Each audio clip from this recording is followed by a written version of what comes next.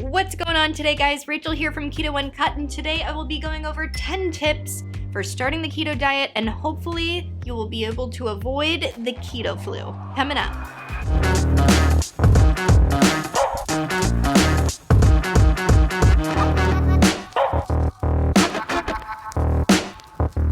You're saying, Rachel, I'm trying to start the keto diet. I'm on YouTube here trying to find out how to do it, what to do. Everyone's talking about the keto flu. That's scary. Don't want to do that. It's not as terrifying as everybody thinks. I had it. I guess maybe mine wasn't that bad. There's other people that have keto flu worse off than me, and some people don't get it at all. Basically, my keto flu was I was tired. My workouts didn't come back to 100% until about 6 weeks in. What else was there? Overall, not feeling that great, having some carb cravings here and there, but really keto flu isn't like terrifying. You don't have the flu. Like, you're gonna be fine. But whether you're gonna have the keto flu bad or not, why don't you just avoid it? So here's some tips. Starting the keto diet, first tip, you've got to think of keto as a long-term diet, not a lose weight quick, not a fix yourself for 2 weeks, not a month boot camp and then you go back to doing whatever you were doing. You can't go into the keto diet thinking that way. You've got to make this a life change. I know a lot of people throw that around, but it's actually true. And because this is a long-term diet where you're focusing on how you eat healthily for the rest of your life, healthily, more health. Since you're trying to make this a long-term lifestyle diet, better. Don't do a deficit in calories. Don't try to lose the weight quick. When you first start keto, you're trying to make your body burn fat rather than glucose, produce ketones. You shouldn't be worrying about making sure you get a low amount of calories so you can lose weight. You have other things to focus on, which is making your body learn how to burn fat. So at first, avoid restricting calories. It's totally not necessary. Just eat the correct keto macros, focus on that, focus on the foods that you're eating, and don't focus on how much you're eating. Number 2 is learning macros. Now, before I did keto, I did try to eat a well-balanced, healthy. I used to track my calories. I used to use MyFitnessPal, and the thing that I didn't ever track was my macros. That wasn't really a thing that I had to worry about then. But macros is a whole different thing. There's definitely a learning curve to it. You don't just right off the bat understand that this type of food has this much fat, this type of food has that much protein. This vegetable actually has a whole bunch of carbs versus this vegetable having basically no carbs. It's a learning curve that is going to take time, but you're gonna wanna understand this. So at first, I highly suggest getting a tracker. I use Carb Manager, that's my favorite. You can put in all of your favorite food, your favorite recipes. Also, you can just add everything in. You can scan foods in. Try to learn what your food is actually comprised of. Carb Manager is the one that I use. There's MyFitnessPal, and then there's also Chronometer. So get one of those, start learning what your macros actually are, start learning what foods are actually made out of, because it is difficult. The longer you get into keto and the longer you understand your foods, eventually you might not have to or need to use a tracking app anymore, which is great. I like doing it because I'm OCD and a perfectionist, and I like to track everything because it makes me feel like I have some control in my life. But you definitely don't have to do that. It's up to everybody, but at least at first, it's a good idea to actually see what your food is made of. Number 3, plan out simple, easy, foolproof meals when you first start. So whether this is meal prepping, whether this is knowing that you're going to make meals for your whole family because they're kind of on board and they know that they can eat bacon and cheese and they're kind of pumped about it. Maybe get a cookbook, YouTube recipes, like and subscribe. Pick a date that you're gonna start keto, go to the grocery store, meal prep. The easier you make it before you start, the better off you're gonna be. If you know what foods you're gonna make, you already put them in your little carb manager. You don't do that, you do this. You do this, not this. Do whatever you have to do that when you start, you already have everything planned out, because the last thing you need is while you're trying to get into ketosis, you don't have foods that you need and you don't know what to do. You need to plan ahead a little bit. And then during that week, plan the next week. You don't need to be a master of ketosis when you start keto. You just need to be prepared and you'll get better, and then before you know it, you'll just know exactly what to eat and what to do. But until then, prepare. Number 4, do not do fasting. Don't do it at first. There's no need to do it at first. Why are you trying to do everything at once? All you're trying to do is get your body to burn fat. Doing fasting, yes, that could get you into ketosis faster, but it's a matter of producing ketones long enough that your body understands, oh, I'm just running off ketones all the time. Don't try to get into it so fast. Your body's gonna be more confused, you're gonna be more hungry, your cravings are gonna be worse, and you wanna ease yourself into it, okay? Fasting can come later. And for some people, fasting never happens, and that's totally fine. But don't do everything at once. That's crazy. Number 5, going on the same kind of premise, is don't do crazy workouts your first week. Chill, calm down, relax. You're worried about what you're eating, remember? Don't try to do crazy workouts while your body is trying to learn how to not run off glucose, but run off ketones. It's a little confused. Your workouts are going to go down. So the last thing you want to do is go from a low or no level of workouts to I'm gonna start working out at the same time. That's a bad idea. Don't do it. So my suggestion is whatever you do not do more working out than you have been. If anything, say you actually work out a couple times a week or you work out every day. Do a little bit less. Don't work out as much as you normally do. Just take it easy. Number 6, research before you start. Don't be an expert, just do your research. I learned about keto from when I was a bartender. This girl came in, she's like, I'm starting a new diet, so I'm doing a vodka club instead of my beer. And I said, keto? I looked it up and saw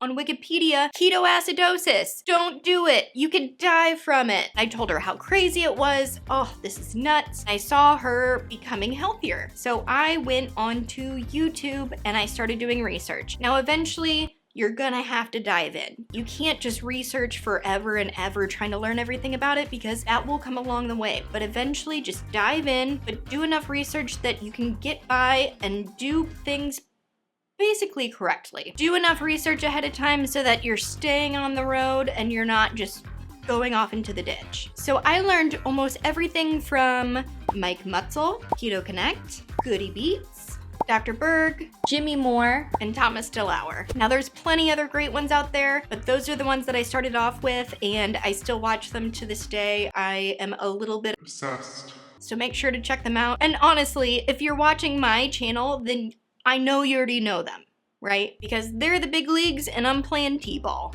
Ooh! On this same note, be careful with Facebook groups.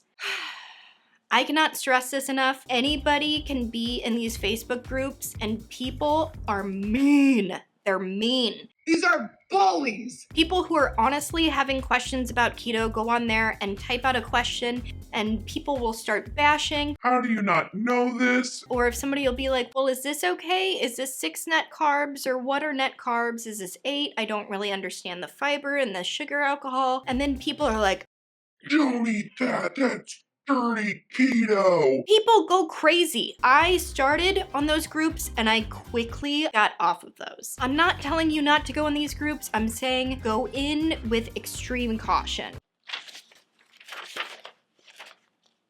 Number 7.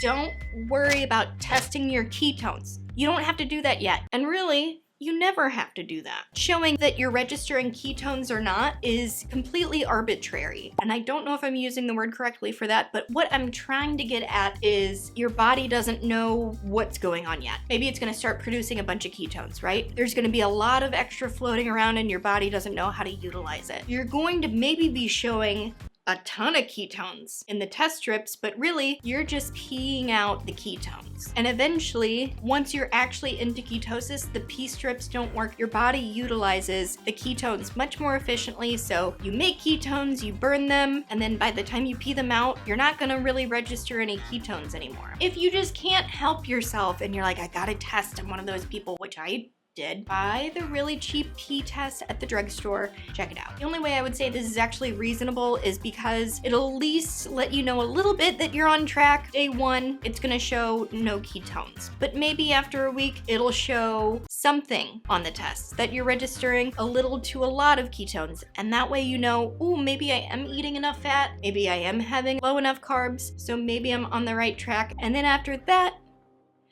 throw them in the garbage. Number 8, Don't start off with exogenous ketones. Exogenous ketones are exactly that. They're ketones that your body is not producing. This makes absolutely no sense to take during your first week or 2 or even 3 to try to get yourself into ketosis, because that's not the point. The point is you're trying to make your body produce ketones and run off fat to stop using glucose as an energy source. If you put a bunch of exogenous ketones into your blood, why would your body try to do what you're trying to make it do? Exogenous ketones are fine every once in a while if you want a little boost, maybe you're a little hungover, but that's only when you're fully keto adapted. Don't even bother with them when you're first starting out. Number 9, you don't need to start with a bunch of keto processed foods. So they're out there and they're good for substitutions even pretty early on into your keto journey, but don't do them in the first week. Eat whole, good foods. If you do processed keto foods, then you've got stuff that you can run into chicory root fiber or tapioca fiber or psyllium husk fiber, or maybe sugar alcohols that your body doesn't really like xylitol or a bunch of allulose. Don't get into that yet. If you just throw those all in the mix right away, there is a chance that it's going to take longer for you to become keto adapted. Stick to whole foods when you start off: ground beef, eggs, bacon, cheese, avocado, and then you can start adding in little treats like that once you get adapted.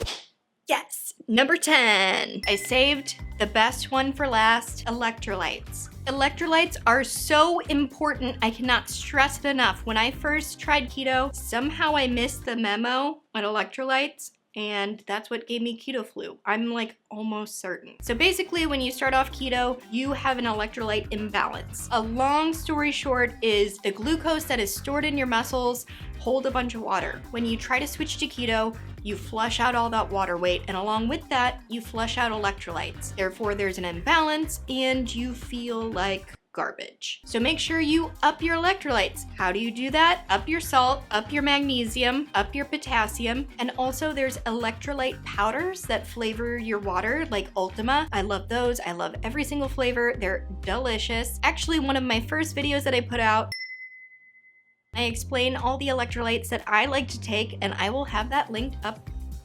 Where? There? So I hope this video has helped you. I wish I would have had these tips nicely presented to me when I first started keto, and I hope that some of these tips help you, and I hope you enjoy keto because it is a fantastic way to eat, I promise.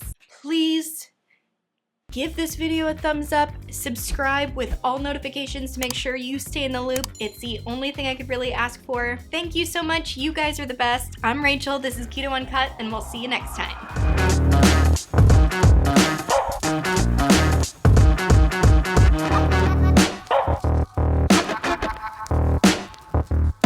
Number 6.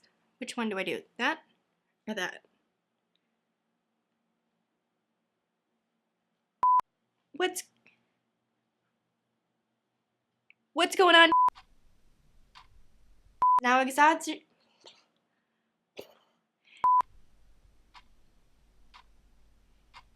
the time of releasing this video, I'm still an itty bitty channel making no money.